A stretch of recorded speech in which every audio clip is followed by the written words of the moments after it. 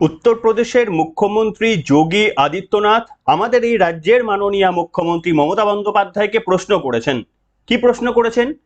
যে মুখ্যমন্ত্রী তো কমেন্ট করেছিলেন মহাকুম্ভ নিয়ে, মৃত্যু কুম্ভ, যোগী সরকার নাকি এত ভিড় সামলাতে পারেনি, ঐতিহাসিক একটা ভিড়, যেটা একেবারে ভারত ছেড়ে দিন গোটা পৃথিবীর মধ্যে সব থেকে বেশি ভিড় হওয়া কোনো একটা ধর্মীয় অনুষ্ঠান, যেখানে 60 কোটিরও বেশি মানুষ সেখানে জনসমাগম হয়েছিল, সেই একটা হিন্দুদের ধর্মীয় আচরণকে মমতা বন্দ্যোপাধ্যায় মৃত্যু কুম্ভ বলে অবহিত করেছিলেন। মনে রয়েছে তো? মহাকুম্ভ আমি নাইবা বললাম, ওটা এখন মৃত্যু কুম্ভ হয়ে গেছে, মৃত্যু কুম্ভ হয়ে গেছে, মৃত্যু কুম্ভ হয়ে গেছে। এই যে বক্তব্য মমতা বন্দ্যোপাধ্যায় বলেছিলেন মৃত্যু কুম্ভ, কিন্তু তিনি এই যে দোল পূর্ণিমাকে কেন্দ্র করে যেভাবে দুষ্কৃতকারীদের বিভিন্ন জায়গায় হামলা হলো, যেখানে হিন্দু নিরীহ মহিলা থেকে পুরুষ তারা নিগৃহীত হলেন, তার জবাব মমতা বন্দ্যোপাধ্যায় কি দিবেন? এই প্রশ্নটাই করলেন যোগী আদিত্যনাথ। কি বললেন আসুন একবার শুনে নি। যোগী আদিত্যনাথ রাজ্যের মাননীয় মমতা বন্দ্যোপাধ্যায়কে বললেন যে আমরা 20 কোটির আবাদি, উত্তরপ্রদেশে 20 কোটি মানুষ থাকে, সেখানে মহাকুম্ভ ছেড়ে দিন, হোলির অনুষ্ঠানও কোনো রকমের কোনো প্রবলেম হয়নি। তার কারণ আপনাদের আমি বলেছিলাম যে গুজরাট, উত্তরপ্রদেশে সেখানেও দুষ্কৃতীরা তারা রয়েছেন। এবার দুষ্কৃতিকারী কাজ করলে তাদেরকে কি শায়েস্তার ব্যবস্থা করে সেখানকার পুলিশ, সেই ভিডিও আপনাদের দেখিয়েছিলাম, না হয় आरो একবার দেখিয়ে দেব।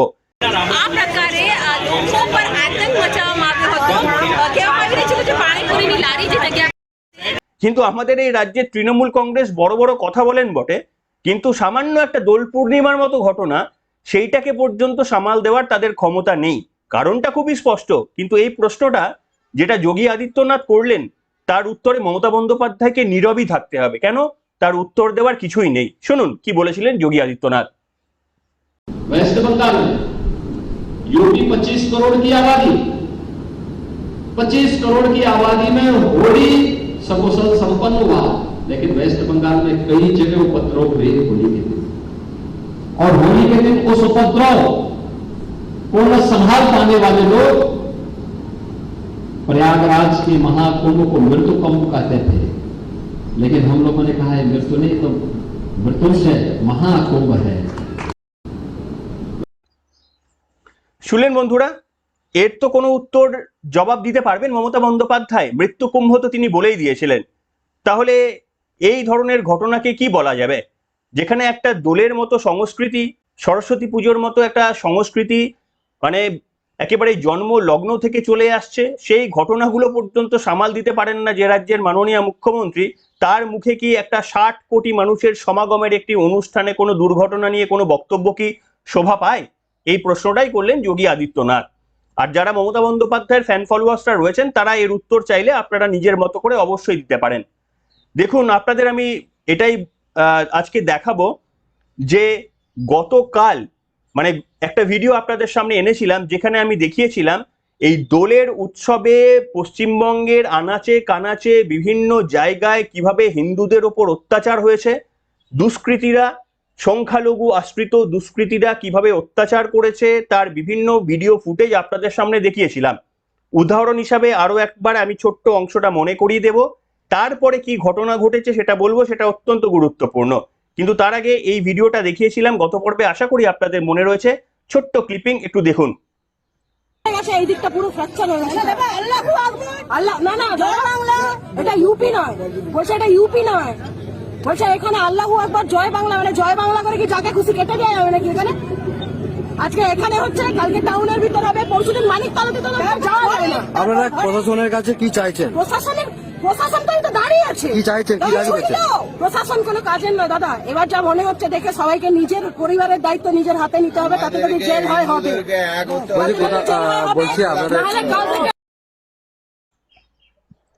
দেখলেন বন্ধুরা, আশা করি এটা সকলের মনে রয়েছে। আমি আপনাদের সামনে দেখিয়েছিলাম যে দোলের মতো উৎসবকে এটি একটি ঘটনা তমলুকে, এবং এই ধরনের ঘটনা আনাচে কানাচে পশ্চিমবঙ্গের বিভিন্ন জায়গায় হয়েছে। রাজ্য পুলিশ কিচ্ছুটি করতে পারেনি।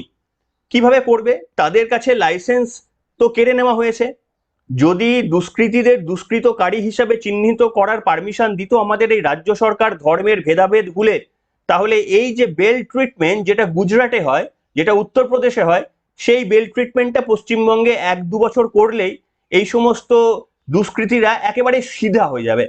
তো আপনারা সেটা কবে চাইবেন যে এই ধরনের দুষ্কৃতকারী রাজ খতম হোক পশ্চিমবঙ্গ থেকে, তার উপরেই তো ডিপেন্ড করবে যে এদের বাড়াবাড়ি আর কতদিন চলবে। যাই হোক, আপনাদের সামনে আমি দেখাতে চাইবো এই যে মহিলার বক্তব্য আপনাদের সামনে শুনিয়েছিলাম, শুভেন্দু অধিকারী তিনি কি করলেন এদের সঙ্গে সেটা তো আপনাদের দেখাবো, কিন্তু তার আগে একটা ছোট্ট কথা বলতে যায় যে আমাদের শেকু মাকু, এটা হচ্ছে কাশ্মীর মাঙ্গে আজাদি, যাদবপুরের দেওয়ালে দেওয়ালে কিংবা বিভিন্ন আরজি করের আন্দোলনেও ওই সিপিএম পন্থী তারা কাশ্মীর মাঙ্গে আজাদি এই ধরনের স্লোগান দিয়েছিলেন।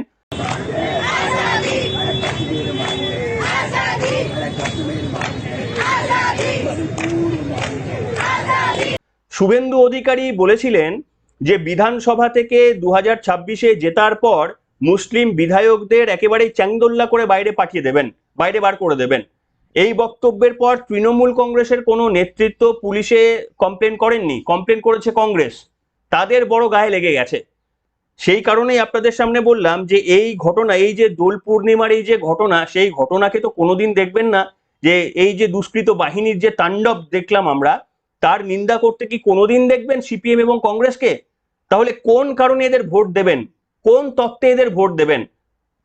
আর আপনাদের সামনে আমি, যারা প্রশ্ন করছেন যে তাহলে কি বিজেপি কি হিন্দুদের রক্ষাকর্তা, বাকি সব জলাঞ্জলি, অর্থনীতি, প্রোগ্রেস, ইকোনমি সবই জলাঞ্জলি, শুধুমাত্রই একেবারে ধর্মীয় ধ্বজাবাহক একটা সংগঠন হিসাবে কি বিজেপি থেকে যাবে? উত্তর না, সে উত্তরও দেখাবো। কিন্তু আপনাদের সামনে আমি দেখাবো এই যে সম্মানীয় মহিলা যিনি গতকাল প্রোটেস্ট করেছিলেন, বলেছিলেন যে এই ধরনের ধর্মীয় স্লোগান দিতে দিতে যারা জয় বাংলা বলে বলে অত্যাচার করছেন, এখন সময় হয়ে গিয়েছে আমাদের পরিবারকে রক্ষা করার জন্য আমাদেরকে রাস্তায় নামতে হবে। একেবারে বিখ্যাত হয়ে গিয়েছে সেই স্লোগান। এরপরে বিরোধী দলনেতা শুভেন্দু অধিকারী ওই দুই সম্মানীয় মহিলাকে একেবারেই সংবর্ধনা দিলেন, রাস্তার মধ্যে দাঁড়িয়ে তাদের মালা পরালেন, বললেন এই ধরনের প্রতিবাদী মুখই আমাদের রাজ্যে চাই। কি ঘটনা ঘটেছিল বিজেপি বিরোধী দলনেতা শুভেন্দু অধিকারীর, সেই ভিডিওটা দেখাবো। এই দুই মহিলাকে নিয়ে তিনি কিভাবে সম্বর্ধনা দিলেন, দেখুন। প্রশাসন কোনো কাজের নয় দাদা, এবার যা মনে হচ্ছে দেখে সবাইকে নিজের পরিবারের দায়িত্ব নিজের হাতে নিতে হবে, তাতে যদি জেল হয় হবে।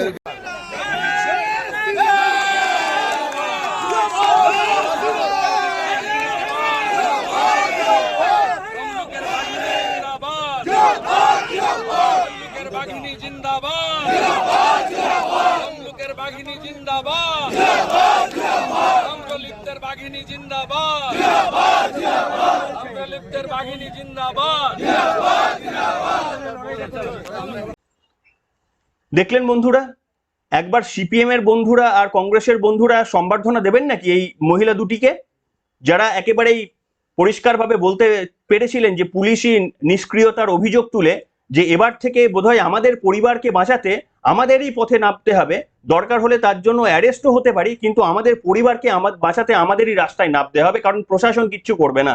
এত বড় দামি কথা। তাহলে বলুন যে পশ্চিমবঙ্গের মানুষের কাছে কি অপশন রয়েছে? কংগ্রেস সিপিএম কে ভোট দেওয়া যাবে? এবার আপনারা প্রশ্ন তুলতেই পারেন যে অর্থনীতির অগ্রগতি তো বিজেপি কিছুই করছে না। অনেকে করেন, আমি দেখেছি প্রশ্নে। দেখুন, যারা এই প্রশ্নগুলো বলছেন যে অর্থনীতির অগ্রগতি হচ্ছে না, শুধুমাত্র এই ধর্মীয় রাজনীতি নিয়ে বিজেপি পড়ে রয়েছে, আসলে আমি তাদের দোষ দিই না। তারা আসলে এই তৃণমূল কংগ্রেসের বানানো কিছু তথ্য হজম করে ফেলেন, কিংবা এই শেকু মাকুদের বানানো কিছু তথ্য হজম করে ফেলেন। যারা বিশ্বাস করেন যে ভারতের অগ্রগতি শুধুমাত্রই এই ধর্মীয় হিন্দু মুসলমানে হচ্ছে, আর অর্থনীতির অগ্রগতি কিংবা শিল্পায়নের অগ্রগতি ভারতে স্তব্ধ হয়ে গিয়েছে, শিল্প সব বেচে দিচ্ছে নরেন্দ্র মোদীর সরকার, এগুলো তো হজম করছেন অনেকেই। প্রত্যেকটা কমেন্টের হয়তো আপনাদের জবাব আমি দিতে পারি না, দেওয়া সম্ভব নয়, কিন্তু কমেন্টগুলো আমি পড়ি, আমার মজাই লাগে। আপনাদের প্রত্যেকটি কমেন্টের আমার কাছে জবাব রয়েছে, কিন্তু প্রশ্ন হচ্ছে আপনাদের সেই জবাবের একটা অংশ কালকের সকালের পর্বে আপনাদের শোনাবো। মর্গান স্ট্যানলি কি প্রেডিক্ট করেছে জানেন? বলছে যে ভারতের অবিশ্বাস্য অর্থনীতির গতি 2027 সালের মধ্যে অবিশ্বাস্য অর্থনীতির গতি ভারতে আসতে চলেছে, এবং এই বছরের শেষে কিংবা আগামী বছরের প্রথমেই ভারত বিশ্বের চতুর্থ শক্তিশালী অর্থনীতির দেশে পরিণত হবে, সেটা আরো অগ্রগতি প্রাপ্তি হবে 2027 নাগাদ। 2050 সালে ভারত বিশ্বের 1 নম্বর শক্তিশালী দেশে পরিণত হওয়ার দাবিদার। চীনের সঙ্গে কড়া টক্কর হলেও চীনকে পিছনে ফেলেও ভারত এগিয়ে যেতে পারে 2050-এর মধ্যে। এইরকম একটা অগ্রগতি তারা এটাও বলে দিয়েছে হওয়া সম্ভব ভারতে যদি একটা স্টেবল গভর্নমেন্ট থাকে। এই যে লাস্ট 10 বছরে যেভাবে অগ্রগতি হয়েছে, এই ধারায় যদি অগ্রগতি হয় তাহলেই সেটা সম্ভব। আপনারা জানেন যে কংগ্রেস আমাদের দেশকে কিভাবে ফোপলা করে দিয়েছিল। এ থেকে জেড পর্যন্ত প্রত্যেকটি সংখ্যার আদ্য অক্ষর দিয়ে প্রত্যেকটি স্ক্যাম আপনারা খুঁজে পাবেন এই কংগ্রেস জামানায়। কিন্তু সেই স্থিতির আজকে পরিবর্তন হয়েছে। পরিবর্তন শুধু একদিকে নয়, পরিবর্তন এটাও করা হয়েছে। দেখুন, পরিবর্তন সর্বস্তরের পরিবর্তন করা হবে। তার জন্য আপনাদের কালকের সকালের পর্বটা দয়া করে শুনে নেবেন, সেখানে আমি বিস্তারিত তথ্য দেব। কিন্তু যারা মনে করছেন এই যে ধর্মীয় স্লোগান দিয়ে কিংবা ওই যে সংখ্যালঘু তোষণ করে ভারত এগিয়ে যাবে, তাহলে আমি যদি তর্কের খাতিরেও ধরে নিই যে আপনাদের এই মতামত সত্য, তাহলে দেখুন পাকিস্তান কিংবা বাংলাদেশ তাহলে অনেকদিন আগেই ভারতকে টপকে যেত, তাই না? পাকিস্তান বা বাংলাদেশের অর্থনীতির পরিস্থিতি কি আজকে এখানে দাঁড়াতো? সেখানে তো হিন্দু শূন্য, সেখানে তো সংখ্যা মানে এখানে যারা সংখ্যালঘু মুসলমান, ওখানে সংখ্যাগুরু শুধু নয়, সংখ্যাগুরুর থেকেও সংখ্যাগুরু 80-90% মুসলিম সম্প্রদায়ের বসবাস। তাহলে সেই দুটি দেশ কেন এগোতে পারলো না? এইটা আমাকে উত্তর দেবেন।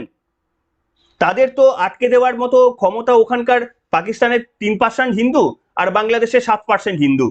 তারা তো গোটা 97-93% মুসলমানদের অগ্রগতি স্তব্ধ করে দিচ্ছেন, দেশের গতি স্তব্ধ করে দিচ্ছেন, এমন তো ব্যাপার নয়।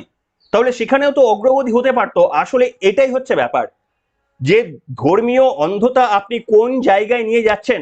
আপনার দেশে, আপনার রাজ্যে ইন্ডাস্ট্রিয়ালিস্টরা কতটা তারা বিনিয়োগ করার জন্য আগ্রহ প্রকাশ করছেন তার উপরেই নির্ভর করছে। ভারতবর্ষের মধ্যেও তো একটা রাজ্য রয়েছে পশ্চিমবঙ্গ। গোটা ভারতবর্ষ জুড়ে শিল্প হতে পারে, পশ্চিমবঙ্গে কেন হচ্ছে না বলুন তো? মুকেশ আম্বানি, অনিল আম্বানিরা তারা আমাদের রাজ্যে এসে শিল্প সম্মেলনে মমতা বন্দ্যোপাধ্যায়ের পাশে বসে বড় বড় কথা বলেন বটে, কোনোদিন দেখেছেন বিনিয়োগ করতে? শিল্পপতিরা এমনই হয়, তারা কিন্তু কোনোদিন বিনিয়োগ করবেন না। দেখুন, এই জন্য যারা নিজের সংস্কৃতির ওপর বিশ্বাস রাখে না, যে ভারত ধর্মের ভিত্তিতে ভাগ হওয়ার এগ্রিমেন্ট হয়ে গিয়েছিল, সেই এগ্রিমেন্টকে পর্যন্ত আজকের দিনে দাঁড়িয়ে যারা স্বীকার করে না, আমাদের এই দেশ সকল সম্প্রদায়ের বাসযোগ্য ভূমি, সমস্ত সম্প্রদায়ের মানুষ নির্বিঘ্নে বসবাস করবেন। কিন্তু যদি এটাকেও আবার একটা ওই ডেমোগ্রাফিক চেঞ্জের মাধ্যমে পাকিস্তান বাংলাদেশের মতো পরিবর্তন করে দেওয়া হয়, তাহলে এটা মাথায় রাখবেন, শুধুমাত্র এই ধর্মের পরিবর্তনে সংখ্যার পরিবর্তন হবে এমনটা নয়। গোটা দেশের অর্থনীতি, শিল্পায়ন, সমাজনীতি সমস্ত দিকটা ওই পাকিস্তান এবং বাংলাদেশের মতোই পরিণত হবে। এবং তার জন্য আমাদের তৃণমূল কংগ্রেস যতটা না দায়ী, আমাদের শেকুমাকুরা যারা সেকুলার পন্থী মুখোশ পরে বসে থাকেন তারা সব থেকে বড় দায়ী। সেই কারণে দেখবেন তারা রাম মন্দির যখন উদ্বোধন হয় সেখানে পার্টিসিপেট করেন না। যখন পুণ্য লগ্নে কুম্ভে গিয়ে কোটি কোটি মানুষ, বিদেশের কোটি কোটি মানুষ এসে পুণ্য স্নান করেন, শেকুমাকুরা সেখানে যায় না তৃণমূল কংগ্রেসের সঙ্গে সঙ্গে। কাজেই এদের যদি আমরা চিনতে না পারি, এদের মুখোশ যদি আমরা রাজনৈতিকভাবে খুলতে না পারি ভোটের লাইনে দাঁড়িয়ে, তাহলে নিশ্চিতভাবে ভারতের যে অগ্রগতির গল্প আগামীকাল আপনাদের শোনাবো, সেই অগ্রগতি ব্যাহত হয়ে যাবে। আর এই উত্তরপ্রদেশের মুখ্যমন্ত্রী যে প্রশ্নটি করলেন, সেই প্রশ্নের উত্তর শুধু মমতা বন্দ্যোপাধ্যায়ের কাছে নয়, আমাদের শেকুমাকুন কোনো নেতা, তৃণমূল কংগ্রেস বাদ দিয়ে কংগ্রেস এবং সিপিএম এর কোনো নেতার কাছে এই প্রশ্নের জবাবটাও আপনারা পাবেন না। আমাদের খুবই আক্ষেপ যে বিজেপির অল্টারনেটিভ আরো একটা দল থাকা উচিত ছিল যাদের আমরা সমর্থন করতে পারতাম। আমাদের এরকম 2-3টে রাজনৈতিক দল থাকা উচিত ছিল যাদের আমরা সমর্থন করতে পারতাম। আক্ষেপের বিষয় হচ্ছে আমাদের কাছে আর একটি অপশন নেই। এইটাই সব থেকে বড় আমাদের কাছে আক্ষেপের বিষয়। কেজরিওয়াল অনেক স্বপ্ন দেখে এসেছিলেন, কিন্তু সব থেকে বড় করাপ্টেড পার্টিতে পরিণত হয়েছিলেন। তাই এই মুহূর্তে রাজনীতির একটি আসন কিন্তু ভ্যাকেন্ট হয়ে রয়েছে।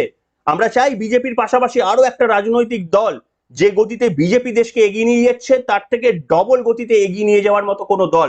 তবে তোষণের রাজনীতি করে ভোটে জেতা কোনো রাজনৈতিক দল আমরা বর্জন করে এসেছি, বর্জন করব। কি বলবেন বন্ধুরা? শুভেন্দু অধিকারীর এই ধরনের পদক্ষেপকে কি আপনারা সমর্থন করেন? হিন্দুদের ওপর যেখানে আক্রমণ হয় সেখানে তিনি যে রুখে দাঁড়ান, আর একটি পশ্চিমবঙ্গের কোনো নেতৃত্বকে যেটা করতে দেখবেন না, এটাকে কি পছন্দ করেন? লিখে জানাবেন আপনাদের মতামত আজকের এই পর্বে। এখনকার মতো এখানেই।